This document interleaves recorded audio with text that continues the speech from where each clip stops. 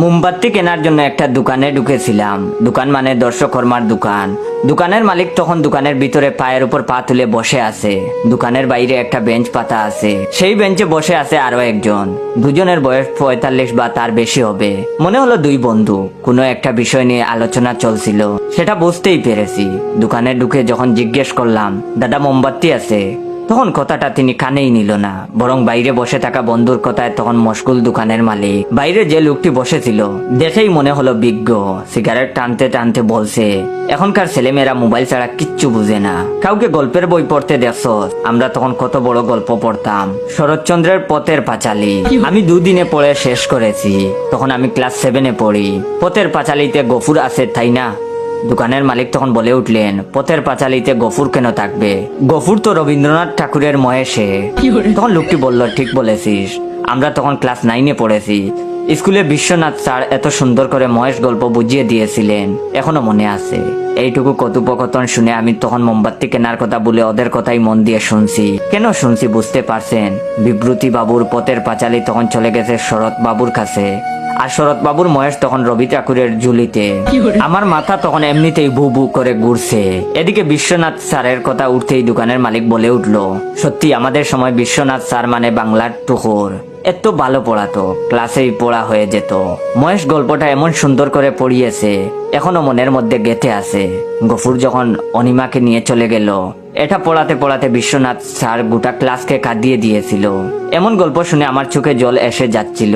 গফুর অনিমাকে নিয়ে চলে যাচ্ছিল বলে নয়, সিগারেটের ফুঁকে দেওয়া এমন ভাবে ছাড়ছিল, আমার চোখ মুখ ভরে উঠেছিল।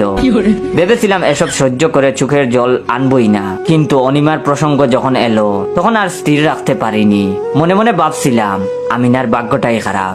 বিশ্বনাথ স্যার এমন ভাবে পড়িয়ে দিয়েছেন, আমিনাকে অনিমাতে নিয়ে চলে এসেছে।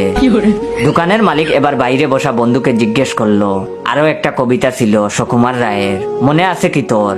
রাজার পায়ে ধুলো লাগবে না বলে কত কি কাণ্ড করছিল, শেষে একজন চর্মকার জুতা পরিয়ে দিল। তখন লোকটি বলল, মনে থাকবে না আবার? মহারাজা কৃষ্ণচন্দ্রের গল্প তো এটা। কেউ যখন পারল না তখন গোপাল ভাঁড় এসে বুদ্ধিটা দিয়েছিল। তখন লোকটি বলল, একদম ঠিক বলেছিস, এখনকার ছেলেমেয়েরা এসব পড়বে, মোবাইল আর মোবাইল। গল্পের প্রসঙ্গ ছেড়ে বাইরে বসা লোকটি বলে উঠলো, আরে এ বাইকে ছেড়ে দে, অনেকক্ষণ দাঁড়িয়ে আছে, কি নেবে দেখ। বলেই আমার দিকে তাকালো। তারপর লোকটি আমাকে বলল, এই যে আমরা এতক্ষণ ধরে আলোচনা করছিলাম, তুমি তো শুনলে কিছু কি ভুল বলেছি? সেই কবে পড়েছি, এখনো সব মনে আছে আমাদের। আমি কিছু বলে ওঠার আগেই দোকানের মালিক এবার আমাকে জিজ্ঞেস করলো, ভাই তুমি কি নিবে বললা? দেশলাই নাকি? ততক্ষণে আমি সব ভুলে বসে আছি। বাংলা সাহিত্যে যা পড়েছিলাম সেসব তো গেছেই, কি জন্য দোকানে ঢুকেছিলাম সেটাও। তাই দোকানের মালিকের কথাতে সায় দিয়ে বললাম, হ্যাঁ দাদা, একটা দেশলাই নেব। আমি একটু আগে বাড়ি ফিরেছি, একটা করে দেশলাই কাঠি জ্বালাচ্ছি আর নেবাচ্ছি। মনে মনে ভাবছি, বিভূতি বাবুর পথের পাঁচালী গেল শরৎ বাবুর হাতে।